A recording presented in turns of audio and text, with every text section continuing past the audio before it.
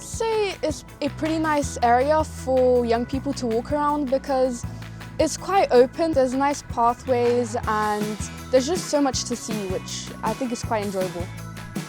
Also, it's quite peaceful as well, quite away from like the busy roads and stuff, and you just get really engrossed in the nature around you.